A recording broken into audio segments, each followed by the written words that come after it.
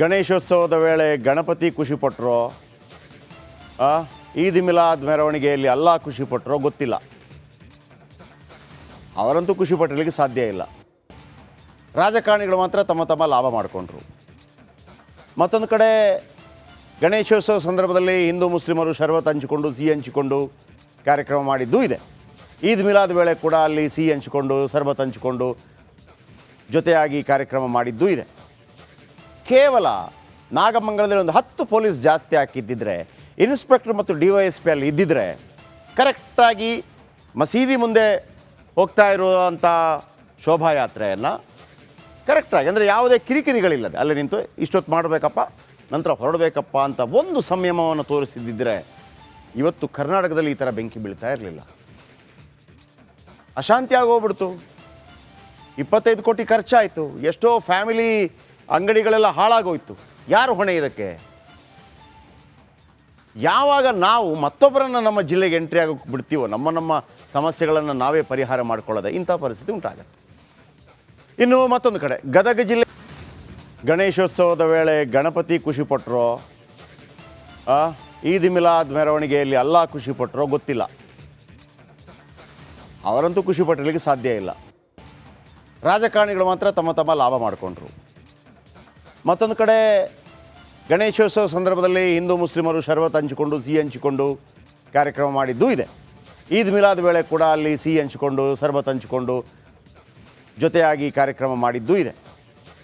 ಕೇವಲ ನಾಗಮಂಗಲದಲ್ಲಿ ಒಂದು 10 ಪೊಲೀಸ್ ಜಾಸ್ತಿ ಹಾಕಿದ್ದಿದ್ರೆ, ಇನ್ಸ್ಪೆಕ್ಟರ್ ಮತ್ತು DYSP ಅಲ್ಲಿ ಇದ್ದಿದ್ರೆ ಕರೆಕ್ಟಾಗಿ ಮಸೀದಿ ಮುಂದೆ ಹೋಗ್ತಾ ಇರುವಂಥ ಶೋಭಾಯಾತ್ರೆಯನ್ನು ಕರೆಕ್ಟಾಗಿ, ಅಂದರೆ ಯಾವುದೇ ಕಿರಿಕಿರಿಗಳಿಲ್ಲದೆ ಅಲ್ಲಿ ನಿಂತು ಇಷ್ಟೊತ್ತು ಮಾಡಬೇಕಪ್ಪ, ನಂತರ ಹೊರಡಬೇಕಪ್ಪ ಅಂತ ಒಂದು ಸಂಯಮವನ್ನು ತೋರಿಸಿದ್ದಿದ್ರೆ ಇವತ್ತು ಕರ್ನಾಟಕದಲ್ಲಿ ಈ ಥರ ಬೆಂಕಿ ಬೀಳ್ತಾ ಇರಲಿಲ್ಲ.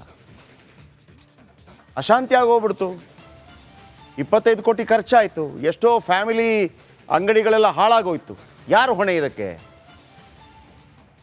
ಯಾವಾಗ ನಾವು ಮತ್ತೊಬ್ಬರನ್ನು ನಮ್ಮ ಜಿಲ್ಲೆಗೆ ಎಂಟ್ರಿ ಆಗೋಕ್ಕೆ ಬಿಡ್ತೀವೋ, ನಮ್ಮ ಸಮಸ್ಯೆಗಳನ್ನು ನಾವೇ ಪರಿಹಾರ ಮಾಡ್ಕೊಳ್ಳೋದೆ ಇಂಥ ಪರಿಸ್ಥಿತಿ ಉಂಟಾಗುತ್ತೆ.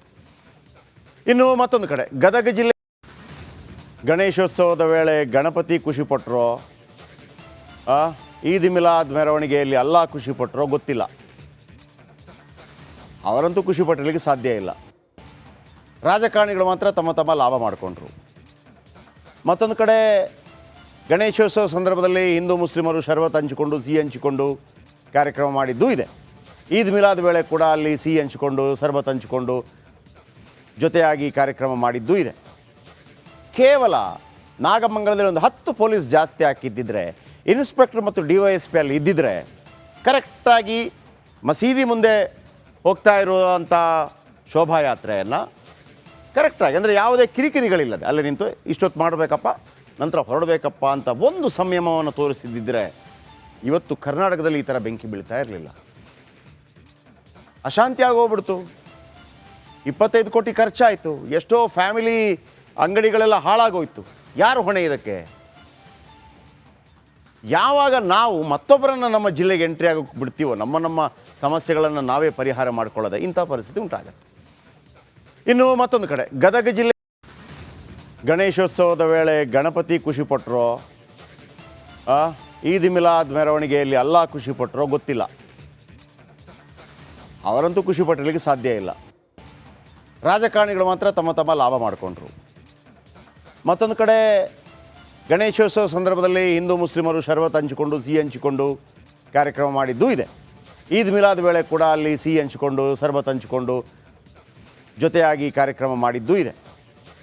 ಕೇವಲ ನಾಗಮಂಗಲದಲ್ಲಿ ಒಂದು 10 ಪೊಲೀಸ್ ಜಾಸ್ತಿ ಹಾಕಿದ್ದಿದ್ರೆ, ಇನ್ಸ್ಪೆಕ್ಟರ್ ಮತ್ತು DYSP ಅಲ್ಲಿ ಇದ್ದಿದ್ರೆ ಕರೆಕ್ಟಾಗಿ ಮಸೀದಿ ಮುಂದೆ ಹೋಗ್ತಾ ಇರುವಂಥ ಶೋಭಾಯಾತ್ರೆಯನ್ನು ಕರೆಕ್ಟಾಗಿ, ಅಂದರೆ ಯಾವುದೇ ಕಿರಿಕಿರಿಗಳಿಲ್ಲದೆ ಅಲ್ಲಿ ನಿಂತು ಇಷ್ಟೊತ್ತು ಮಾಡಬೇಕಪ್ಪ, ನಂತರ ಹೊರಡಬೇಕಪ್ಪ ಅಂತ ಒಂದು ಸಂಯಮವನ್ನು ತೋರಿಸಿದ್ದಿದ್ರೆ ಇವತ್ತು ಕರ್ನಾಟಕದಲ್ಲಿ ಈ ಥರ ಬೆಂಕಿ ಬೀಳ್ತಾ ಇರಲಿಲ್ಲ. ಅಶಾಂತಿ ಆಗೋಗ್ಬಿಡ್ತು. 25 ಕೋಟಿ ಖರ್ಚಾಯಿತು. ಎಷ್ಟೋ ಫ್ಯಾಮಿಲಿ ಅಂಗಡಿಗಳೆಲ್ಲ ಹಾಳಾಗೋಯ್ತು. ಯಾರು ಹೊಣೆ ಇದಕ್ಕೆ? ಯಾವಾಗ ನಾವು ಮತ್ತೊಬ್ಬರನ್ನು ನಮ್ಮ ಜಿಲ್ಲೆಗೆ ಎಂಟ್ರಿ ಆಗೋಕ್ಕೆ ಬಿಡ್ತೀವೋ, ನಮ್ಮ ಸಮಸ್ಯೆಗಳನ್ನು ನಾವೇ ಪರಿಹಾರ ಮಾಡ್ಕೊಳ್ಳೋದೆ ಇಂಥ ಪರಿಸ್ಥಿತಿ ಉಂಟಾಗುತ್ತೆ. ಇನ್ನು ಮತ್ತೊಂದು ಕಡೆ ಗದಗ ಜಿಲ್ಲೆ ಗಣೇಶೋತ್ಸವದ ವೇಳೆ ಗಣಪತಿ ಖುಷಿಪಟ್ಟರೋ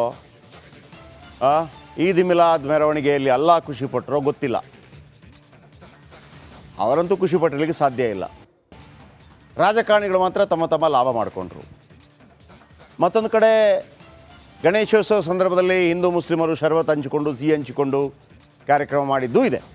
ಈದ್ ಮಿಲಾದ್ ವೇಳೆ ಕೂಡ ಅಲ್ಲಿ ಸಿಹಿ ಹಂಚಿಕೊಂಡು ಶರಬತ್ ಹಂಚಿಕೊಂಡು ಜೊತೆಯಾಗಿ ಕಾರ್ಯಕ್ರಮ ಮಾಡಿದ್ದೂ ಇದೆ. ಕೇವಲ ನಾಗಮಂಗಲದಲ್ಲಿ ಒಂದು 10 ಪೊಲೀಸ್ ಜಾಸ್ತಿ ಹಾಕಿದ್ದಿದ್ರೆ, ಇನ್ಸ್ಪೆಕ್ಟರ್ ಮತ್ತು DYSP ಅಲ್ಲಿ ಇದ್ದಿದ್ರೆ ಕರೆಕ್ಟಾಗಿ ಮಸೀದಿ ಮುಂದೆ ಹೋಗ್ತಾ ಇರುವಂಥ ಶೋಭಾಯಾತ್ರೆಯನ್ನು ಕರೆಕ್ಟಾಗಿ, ಅಂದರೆ ಯಾವುದೇ ಕಿರಿಕಿರಿಗಳಿಲ್ಲದೆ ಅಲ್ಲಿ ನಿಂತು ಇಷ್ಟೊತ್ತು ಮಾಡಬೇಕಪ್ಪ, ನಂತರ ಹೊರಡಬೇಕಪ್ಪ ಅಂತ ಒಂದು ಸಂಯಮವನ್ನು ತೋರಿಸಿದ್ದಿದ್ರೆ ಇವತ್ತು ಕರ್ನಾಟಕದಲ್ಲಿ ಈ ಥರ ಬೆಂಕಿ ಬೀಳ್ತಾ ಇರಲಿಲ್ಲ. ಅಶಾಂತಿ ಆಗೋಗ್ಬಿಡ್ತು. 25 ಕೋಟಿ ಖರ್ಚಾಯಿತು. ಎಷ್ಟೋ ಫ್ಯಾಮಿಲಿ ಅಂಗಡಿಗಳೆಲ್ಲ ಹಾಳಾಗೋಯ್ತು. ಯಾರು ಹೊಣೆ ಇದಕ್ಕೆ? ಯಾವಾಗ ನಾವು ಮತ್ತೊಬ್ಬರನ್ನು ನಮ್ಮ ಜಿಲ್ಲೆಗೆ ಎಂಟ್ರಿ ಆಗೋಕ್ಕೆ ಬಿಡ್ತೀವೋ, ನಮ್ಮ ಸಮಸ್ಯೆಗಳನ್ನು ನಾವೇ ಪರಿಹಾರ ಮಾಡ್ಕೊಳ್ಳೋದೆ ಇಂಥ ಪರಿಸ್ಥಿತಿ ಉಂಟಾಗತ್ತೆ. ಇನ್ನು ಮತ್ತೊಂದು ಕಡೆ ಗದಗ ಜಿಲ್ಲೆ ಗಣೇಶೋತ್ಸವದ ವೇಳೆ ಗಣಪತಿ ಖುಷಿಪಟ್ಟರೋ, ಈದ್ ಮಿಲಾದ್ ಮೆರವಣಿಗೆಯಲ್ಲಿ ಅಲ್ಲಾ ಖುಷಿಪಟ್ಟರೋ ಗೊತ್ತಿಲ್ಲ. ಅವರಂತೂ ಖುಷಿಪಟ್ಟಿರಲಿಕ್ಕೆ ಸಾಧ್ಯ ಇಲ್ಲ. ರಾಜಕಾರಣಿಗಳು ಮಾತ್ರ ತಮ್ಮ ತಮ್ಮ ಲಾಭ ಮಾಡಿಕೊಂಡ್ರು. ಮತ್ತೊಂದು ಕಡೆ ಗಣೇಶೋತ್ಸವ ಸಂದರ್ಭದಲ್ಲಿ ಹಿಂದೂ ಮುಸ್ಲಿಮರು ಶರಬತ್ ಹಂಚಿಕೊಂಡು ಸಿಹಿ ಹಂಚಿಕೊಂಡು ಕಾರ್ಯಕ್ರಮ ಮಾಡಿದ್ದೂ ಇದೆ.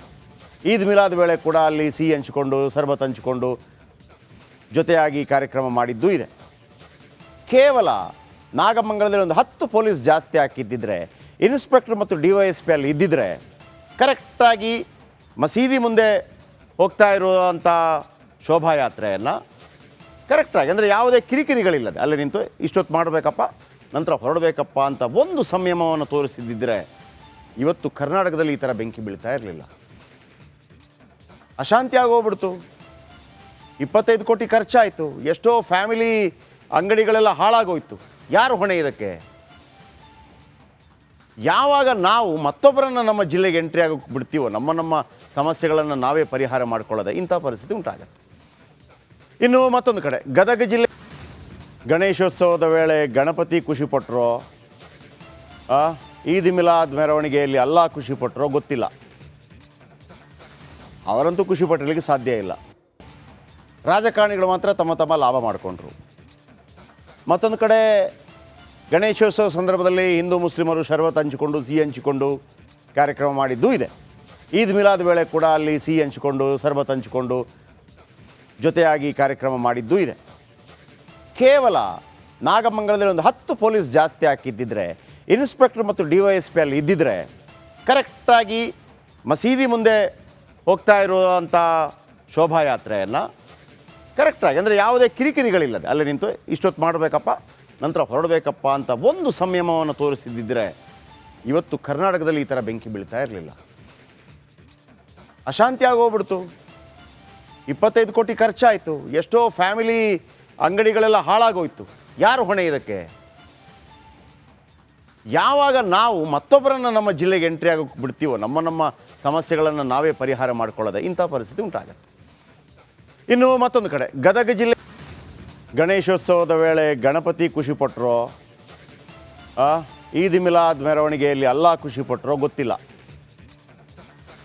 ಅವರಂತೂ ಖುಷಿಪಟ್ಟಿರಲಿಕ್ಕೆ ಸಾಧ್ಯ ಇಲ್ಲ. ರಾಜಕಾರಣಿಗಳು ಮಾತ್ರ ತಮ್ಮ ತಮ್ಮ ಲಾಭ ಮಾಡಿಕೊಂಡ್ರು. ಮತ್ತೊಂದು ಕಡೆ ಗಣೇಶೋತ್ಸವ ಸಂದರ್ಭದಲ್ಲಿ ಹಿಂದೂ ಮುಸ್ಲಿಮರು ಶರಬತ್ ಹಂಚಿಕೊಂಡು ಸಿಹಿ ಹಂಚಿಕೊಂಡು ಕಾರ್ಯಕ್ರಮ ಮಾಡಿದ್ದೂ ಇದೆ. ಈದ್ ಮಿಲಾದ್ ವೇಳೆ ಕೂಡ ಅಲ್ಲಿ ಸಿಹಿ ಹಂಚಿಕೊಂಡು ಶರಬತ್ ಹಂಚಿಕೊಂಡು ಜೊತೆಯಾಗಿ ಕಾರ್ಯಕ್ರಮ ಮಾಡಿದ್ದೂ ಇದೆ. ಕೇವಲ ನಾಗಮಂಗಲದಲ್ಲಿ ಒಂದು 10 ಪೊಲೀಸ್ ಜಾಸ್ತಿ ಹಾಕಿದ್ದಿದ್ರೆ, ಇನ್ಸ್ಪೆಕ್ಟರ್ ಮತ್ತು DYSP ಅಲ್ಲಿ ಇದ್ದಿದ್ರೆ ಕರೆಕ್ಟಾಗಿ ಮಸೀದಿ ಮುಂದೆ ಹೋಗ್ತಾ ಇರುವಂಥ ಶೋಭಾಯಾತ್ರೆಯನ್ನು ಕರೆಕ್ಟಾಗಿ, ಅಂದರೆ ಯಾವುದೇ ಕಿರಿಕಿರಿಗಳಿಲ್ಲದೆ ಅಲ್ಲಿ ನಿಂತು ಇಷ್ಟೊತ್ತು ಮಾಡಬೇಕಪ್ಪ, ನಂತರ ಹೊರಡಬೇಕಪ್ಪ ಅಂತ ಒಂದು ಸಂಯಮವನ್ನು ತೋರಿಸಿದ್ದಿದ್ರೆ ಇವತ್ತು ಕರ್ನಾಟಕದಲ್ಲಿ ಈ ಥರ ಬೆಂಕಿ ಬೀಳ್ತಾ ಇರಲಿಲ್ಲ. ಅಶಾಂತಿ ಆಗೋಗ್ಬಿಡ್ತು. 25 ಕೋಟಿ ಖರ್ಚಾಯಿತು. ಎಷ್ಟೋ ಫ್ಯಾಮಿಲಿ ಅಂಗಡಿಗಳೆಲ್ಲ ಹಾಳಾಗೋಯ್ತು. ಯಾರು ಹೊಣೆ ಇದಕ್ಕೆ? ಯಾವಾಗ ನಾವು ಮತ್ತೊಬ್ಬರನ್ನು ನಮ್ಮ ಜಿಲ್ಲೆಗೆ ಎಂಟ್ರಿ ಆಗೋಕ್ಕೆ ಬಿಡ್ತೀವೋ, ನಮ್ಮ ಸಮಸ್ಯೆಗಳನ್ನು ನಾವೇ ಪರಿಹಾರ ಮಾಡ್ಕೊಳ್ಳೋದೆ ಇಂಥ ಪರಿಸ್ಥಿತಿ ಉಂಟಾಗತ್ತೆ. ಇನ್ನು ಮತ್ತೊಂದು ಕಡೆ ಗದಗ ಜಿಲ್ಲೆ ಗಣೇಶೋತ್ಸವದ ವೇಳೆ ಗಣಪತಿ ಖುಷಿಪಟ್ಟರೋ, ಈದ್ ಮಿಲಾದ್ ಮೆರವಣಿಗೆಯಲ್ಲಿ ಅಲ್ಲಾ ಖುಷಿಪಟ್ಟರೋ ಗೊತ್ತಿಲ್ಲ. ಅವರಂತೂ ಖುಷಿ ಪಟ್ಟಿರಲಿಕ್ಕೆ ಸಾಧ್ಯ ಇಲ್ಲ. ರಾಜಕಾರಣಿಗಳು ಮಾತ್ರ ತಮ್ಮ ತಮ್ಮ ಲಾಭ ಮಾಡಿಕೊಂಡ್ರು. ಮತ್ತೊಂದು ಕಡೆ ಗಣೇಶೋತ್ಸವ ಸಂದರ್ಭದಲ್ಲಿ ಹಿಂದೂ ಮುಸ್ಲಿಮರು ಶರ್ಬತ್ ಹಂಚಿಕೊಂಡು ಸಿಹಿ ಹಂಚಿಕೊಂಡು ಕಾರ್ಯಕ್ರಮ ಮಾಡಿದ್ದೂ ಇದೆ. ಈದ್ ಮಿಲಾದ್ ವೇಳೆ ಕೂಡ ಅಲ್ಲಿ ಸಿಹಿ ಹಂಚಿಕೊಂಡು ಶರ್ಬತ್ ಹಂಚಿಕೊಂಡು ಜೊತೆಯಾಗಿ ಕಾರ್ಯಕ್ರಮ ಮಾಡಿದ್ದೂ ಇದೆ. ಕೇವಲ ನಾಗಮಂಗಲದಲ್ಲಿ ಒಂದು 10 ಪೊಲೀಸ್ ಜಾಸ್ತಿ ಹಾಕಿದ್ದಿದ್ರೆ, ಇನ್ಸ್ಪೆಕ್ಟರ್ ಮತ್ತು DYSP ಅಲ್ಲಿ ಇದ್ದಿದ್ರೆ ಕರೆಕ್ಟಾಗಿ ಮಸೀದಿ ಮುಂದೆ ಹೋಗ್ತಾ ಇರುವಂಥ ಶೋಭಾಯಾತ್ರೆಯನ್ನು ಕರೆಕ್ಟಾಗಿ, ಅಂದರೆ ಯಾವುದೇ ಕಿರಿಕಿರಿಗಳಿಲ್ಲದೆ ಅಲ್ಲಿ ನಿಂತು ಇಷ್ಟೊತ್ತು ಮಾಡಬೇಕಪ್ಪ ನಂತರ ಹೊರಡಬೇಕಪ್ಪ ಅಂತ ಒಂದು ಸಂಯಮವನ್ನು ತೋರಿಸಿದ್ದಿದ್ರೆ ಇವತ್ತು ಕರ್ನಾಟಕದಲ್ಲಿ ಈ ಥರ ಬೆಂಕಿ ಬೀಳ್ತಾ ಇರಲಿಲ್ಲ. ಅಶಾಂತಿ ಆಗೋಗ್ಬಿಡ್ತು. 25 ಕೋಟಿ ಖರ್ಚಾಯಿತು. ಎಷ್ಟೋ ಫ್ಯಾಮಿಲಿ ಅಂಗಡಿಗಳೆಲ್ಲ ಹಾಳಾಗೋಯ್ತು. ಯಾರು ಹೊಣೆ ಇದಕ್ಕೆ? ಯಾವಾಗ ನಾವು ಮತ್ತೊಬ್ಬರನ್ನು ನಮ್ಮ ಜಿಲ್ಲೆಗೆ ಎಂಟ್ರಿ ಆಗೋಕ್ಕೆ ಬಿಡ್ತೀವೋ, ನಮ್ಮ ಸಮಸ್ಯೆಗಳನ್ನು ನಾವೇ ಪರಿಹಾರ ಮಾಡ್ಕೊಳ್ಳೋದೆ ಇಂಥ ಪರಿಸ್ಥಿತಿ ಉಂಟಾಗುತ್ತೆ. ಇನ್ನು ಮತ್ತೊಂದು ಕಡೆ ಗದಗ ಜಿಲ್ಲೆ